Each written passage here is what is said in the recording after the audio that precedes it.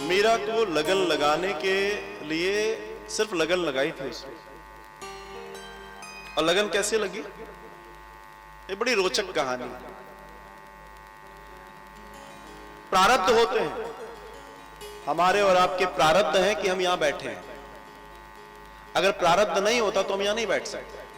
छोटी थी मीराबाई, लगभग 4 से 5 वर्ष की थी, तो उनके दादाजी द्वारकाधीश के बड़ी पूजा करते थे, बड़े नेह था उनका। तो एक बार दादाजी ने कटोरा दिया, बढ़िया केसर डला हुआ सुंदर दूध, और बोला जा द्वारकाधीश को भोग लगा दे, मेरा स्वास्थ्य खराब है आज। तो मीराबाई छोटा से बालक भाव है, कटोरा लेके गई और द्वारकाधीश के सामने खड़ी हो गई और कहती हैं कि लो पियो। अब द्वारकाधीश कौन से पीने वाले, अब वो सोची कि दादाजी ने बोला है पिलाने को तो पिलाना तो पड़ेगा।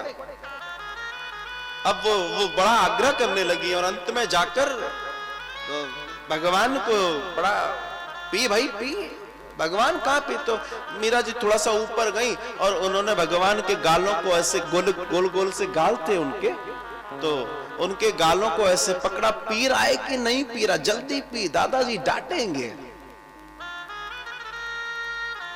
और महाराज भगवान मूर्ति में से बाहर आके दूध का कटोरा लगा दिए, दूध का कटोरा लगा। सोचिए, और ये कोई सतयुग त्रेता द्वापर की घटना नहीं है, ये अभी की घटना है। आप उस भाव से कटोरा दूध का तैयार तो कीजिए, थाली भोग की तैयार तो कीजिए, क्योंकि हमें मालूम होता है कि ये थाली हम दिखाने जा रहे हैं, हम भोग लगाने जाते ही कहां हैं। जिस दिन हम भोग लगाने जाएंगे हमारी थालियां भी खाली होना शुरू हो जाएंगी। आप करके तो देखिए। मीरा लौट कर आई, दादाजी को बताया कि मैंने कानूड़े को पिला दिया। दादाजी बोला कानूड़ा पी लियो, हाँ पी लियो। तू झूठ बोल रही है। अरे झूठ नहीं बोल रही, पी लियो। कटोरो देखो, कटोरा देखा, बोला तूने पिया, ये किया वो किया। बोला नहीं भाई तू झूठ बोले। अब मीराबाई साहब मैं दादाजी मैं सही बोल रही हूं। बोला ठीक है। दादाजी जहां बैठे थे वहां और भी लोग बैठे थे, गांव के लोग मिलने जुलने वाले आते थे। अब वहीं भैंस छिड़ गई तो सभी लोगों ने कहा कि बेटा मूर्ति दूध नहीं पीवे, पीवे है पीवे है पीवे है। अब बालक भाव है और मैं तो पिला के आई हूं। तो मीराबाई से कहा अच्छा पिला के आई है तो चल एक कटोरा और भरते हैं, पिला के बता।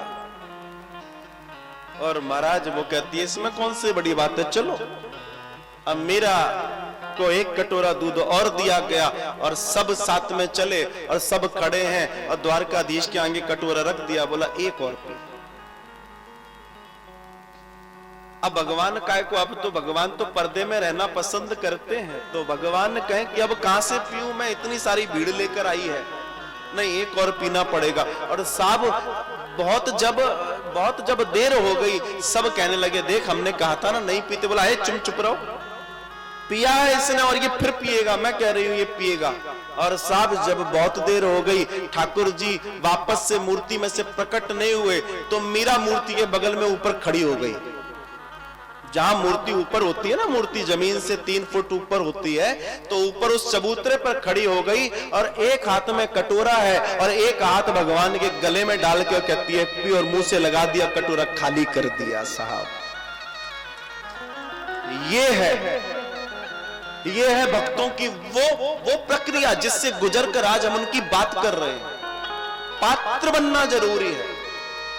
आपकी पूरी दुनिया में आप और हम जितने लोगों से व्यवहार करते हैं वो मतलब का व्यवहार है। आप करना बंद कर देंगे, लोग बात करना बंद कर देंगे। लेकिन एकमात्र भगवान ईश्वर ऐसा है, एक बार आप उसको याद कर लीजिए, वो आपको पकड़ लेगा। आप कितना भी छोड़ना चाहोगे वो छोड़ने नहीं देगा। यही समझना और यही समझने के लिए हम यहां बैठे। पात्रता पैदा कीजिए। आपके दूध के कटोरे, आपकी थालियां भी खाली हो सकती हैं, आप करवाने के लिए तो तैयारी कीजिए।